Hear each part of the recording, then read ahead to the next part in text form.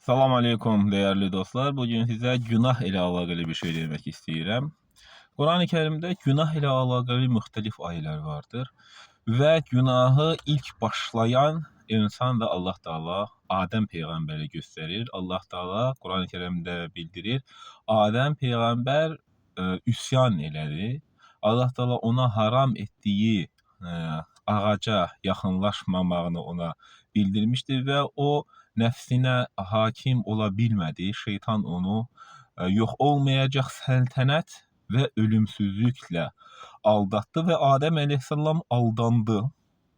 Fəqa və feili keçir orada. Günah işlədi, üsyan elədi deyə. Və bundan sonra Musa peyğəmbərin bir nəfər adam öldürməsindən Qur'an-ı Kərimdə söhbət edir. Cinayətdən söhbət edir və digər peyğəmbərlərin də bəzi xəta, təqsir və günahlardan Qur'an-ı Kərimdə bizə xəbər edir. Bu o demək deyil ki, peyğəmbər günahsızdır, müqəddəsdir demək anlayışı doğru değildir. Çünki Allah Teala özü Qur'an-ı Kərimdə peyğəmbərlərin xətaları, günahları bildirmiştir. Və peyğəmbərlər də Allah Teala deyir ki, onlar da sorğu sual olunacaqlar. Onların sorğu sual olunacağı məsələsində yeganə onların şəhadətliyidir. Qur'an-ı Kerim onlar bizə çatdırıblar. Adəm əleyhissalam da, İbrahim də, İsa da, Musa da, Muhammed də. Onlar deyəcəklər, kitabı ey Allah, ümmətlərə çatdırdım. Ümmətləri bəziləri iman etdilər, bəziləri iman etmədilər. Və bu şəhadətlik eləyəcəklər. Əlbəttə onlar da etdiklərinə görə cavabdehdir. Və bütün peyğəmbərlər deyir ki, biz sadəcə bu Qur'an-ı Kərimə biz tabeyik. Bunun üçün dünyada günah olmayan insan yoxdur.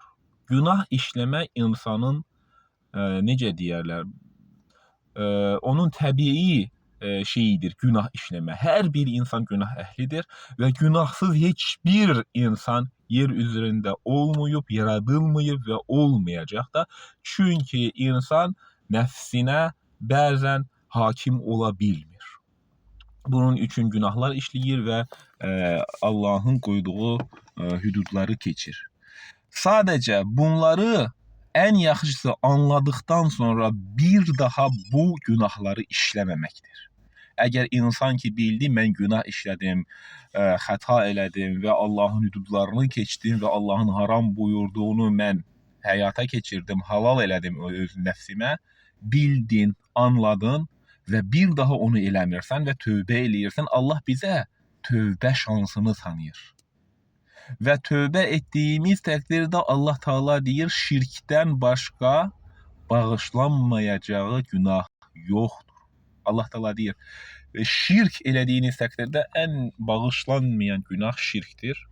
Əgər şirk eləyən insan Allah'a tövbə eləyib, Allah'ın varlığına və birliyinə, ahirete, Kur'an-ı Kerim Muhammed Aleyhisselam'ın vəhiy ettiğine inansa ve bir daha o şirk eləməsə, Allah Teala onu da bağışlayacağını deyir. Ancak şirk ettiğiniz təqdirdə, o şirkə devam ettiğiniz təqdirdə, şirk ile ölsəniz, Allah Teala deyir, artıq ona qurtuluş yoxdur. Şirk deyiləndə sadəcə qabağında büt qoyub ona baş əyməyi sanmayın. O görünən şirktir. Yoksa o bunlar da günahsızdırlar, bunlar da imamlardır, bunlar da bizim din öğredenlerdir. Bəzən görürəm ki, evdə şəkillər asır, divardan şəkillər asır. Onun adını çəkəndə ayağa qalxır, bu qədər hörmət məqsədilə bu bizə din çatdırıb deyə. Belə köhnə, keçmiş, ölmüş, qoca insanların şəkilləri bəzən görürəm divarlarda insanların asırlar və onları da din adamları kimi tanıdıb, onlar sayəndə bizə İslam çatıb gibi anlayışlar var. Bunların hamısı yanlışdır, hamısı səhvdir. Qur'an-ı Kerimdə Allah Teala deyir, qiyamətə qədər bu Qur'an-ı Kerim qorunacaqdır. Allah Teala Qur'an-ı Kerimdə söz verir ki, bu kitap qiyamətə qədər qorunacağını və bu kitap qiyamət kopana qədər İslam ümmətində ona iman eləyənlərin əlində olacağı haqqında Qur'an-ı Kerimdə ayələr vardır. Bunun üçün günah məsələsi ilə əlaqəli oldu mövzumuz. Bildinizmi günah işlədiniz, Qurana, dinə, haqqa, Allahın dininə uyğunsuz şeylər elədiniz, batılı din sandınız, batıl əqidələri dinə çevirdiniz. Anladığınız təqdirdə tövbə eləyirsiniz və bir daha günah işləri eləmirsiniz və günaha yaxınlaşmırsınız. Çünki günah işlər Qurani-Kərimdə Allah təala deyir, yaxşılığı əmr et, pisliklərdən də çəkin. Bu barədə Qurani-Kərimdə Əhzab surəsində səhv eləmirəmsə bu ayə var. Yaxşılığı biz əmr etmək, pisliklərdən çəkinməliyik və biz insanlar yaxşılıq etmək üzərində yarışmalıyıq. Yaxşılıq. İnsanlara yaxşılıq, insanlara fayda, insanları sevindirmək, hətta bir təbəssüm belə eləyərək insanı sevindirsək, bu da yaxşılıq sayılır və bu da savab sayılır.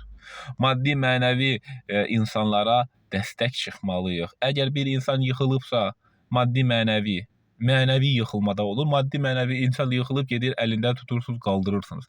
Mənəvi yıxım odur ki, bir insanın əgər evi yanıb və yaxud da hansısa hadisə baş verib, qəza olub, istənilməyən bir hadisə baş verib, o zaman siz ona yardım, kömək, dəstək eləyərsiniz. Bu da mənəvi yardım olar.